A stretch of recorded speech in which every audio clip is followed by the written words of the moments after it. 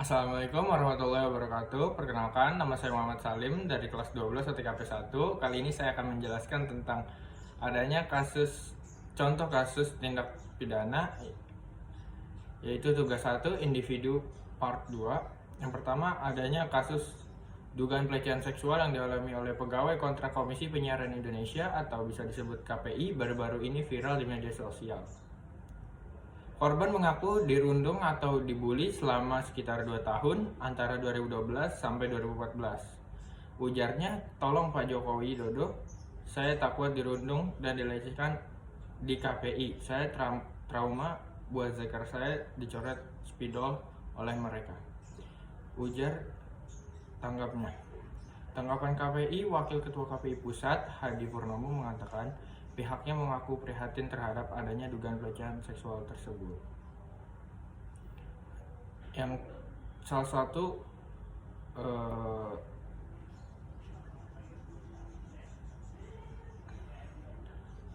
salah satu penyalahgunaan salah satu berita penyalahgunaan narkotika, yaitu komika Coki Pardede ditangkap aparat Polres Metro Tangerang Kota atas penyalahgunaan narkotika.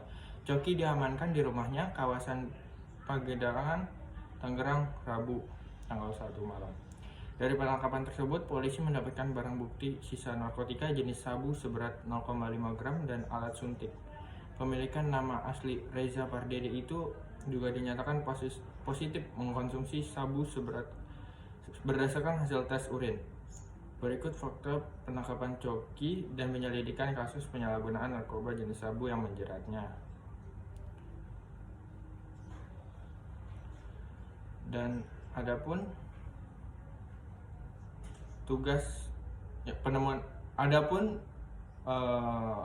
salah satu kejadian penemuan mayat perempuan di kamar hotel di kawasan Cilandak, Jakarta Selatan menemui titik terang. Perkembangan terkini hasil polisi berhasil menangkap pelaku pembunuh perempuan tersebut. Sejak awal polisi memang menduga perempuan tersebut merupakan kasus pembunuhan. Secepat kilat polisi melacak keberadaan pembunuhan tersebut. Benar ditemukan sosok mayat yang diduga korban pembunuhan. Sekali lagi masih praduga, sementara masih penemuan mayat, kata Polres Metro Jakarta Selatan Kombes Aziz Ardiansyah kepada wartawan di lokasi tersebut. Dan adapun contoh kasus tindak pidana, yang pertama ada kasus pencemaran nama baik jaring SID. Jadi tersangka Direktorat Reserse Kriminal Khusus Ditreskrimsus Polda Bali menetapkan 1 Gedeari Astina alias Jerings SID sebagai tersangka kasus dugaan pencemaran nama baik Ikatan Dokter Indonesia dan ujar kebencian.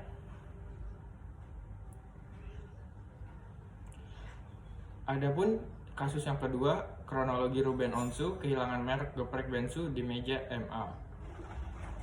Berdasarkan hasil dari liputan CNN Indonesia, artis sekaligus pengusaha Ruben Onsu kalah dalam perebutan merek dagang geprek bensu. Gugat Ruben Bensu terkait hak merek ditolak oleh Mahkamah Agung. Mahkamah bahkan meminta pendaftaran hak milik geprek bensu terkait lukisan dan logo atas nama Ruben Onsu dibatalkan. Alasannya, merek dagang geprek bensu menyerupai usaha tergugat. Ruben Onsu sendiri mengajukan permohonan 6 merek dagang geprek bensu. Penolakan MA tertuang dalam putusan nomor 27/PDT sus HKI merek 2019/PN Niaga Jakarta Pusat. Putusan itu menindaklanjuti gugatan yang dilayangkan oleh Ruben Onsu kepada PT Ayam Geprek Beni Sujono, pelaku pemenang merek 1 Ayam Geprek Bensu, sudah benar yang dinilainya sama dengan geprek bensu miliknya.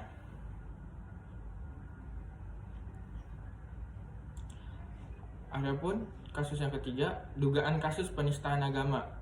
Dia baru bisa diperiksa setelah 4 dilarikan ke rumah sakit Polri pada Kamis lalu.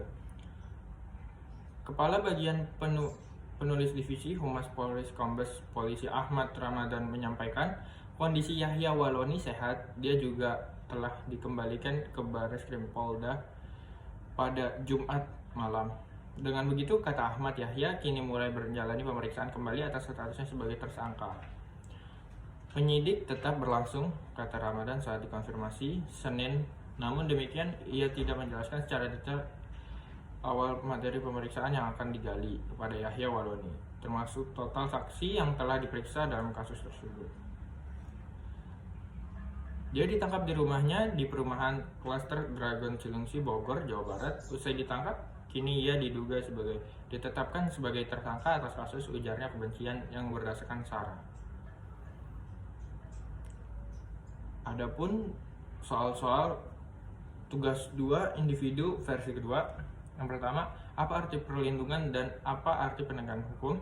Yang kedua, apa tujuan perlindungan dan penegakan hukum? Yang ketiga, mengapa perlindungan dan penegakan hukum sangat dibutuhkan oleh warga negara? Yang keempat, bagaimana bila negara tidak dapat memberikan perlindungan hukum bagi warga negaranya? Yang kelima, menurutmu, apa bentuk perlindungan hukum dari negara terhadap petani kedelai dalam mengatasi gempuran impor luar negeri? Menurut saya, jawaban nomor pertama adalah yang dimaksud perlindungan hukum adalah bahwa dalam proses penegakan hukum, hukum berperan untuk melindungi, menjamin, serta memelihara seluruh kepentingan masyarakat yang heterogen. Yang dimaksud penegakan hukum adalah bahwa dalam proses penegakan hukum, hukum berperan untuk menangankan dan memastikan berfungsinya norma-norma hukum agar setiap bentuk pelanggaran memiliki pedoman khusus untuk dapat diselesaikan dan ditangani dengan baik.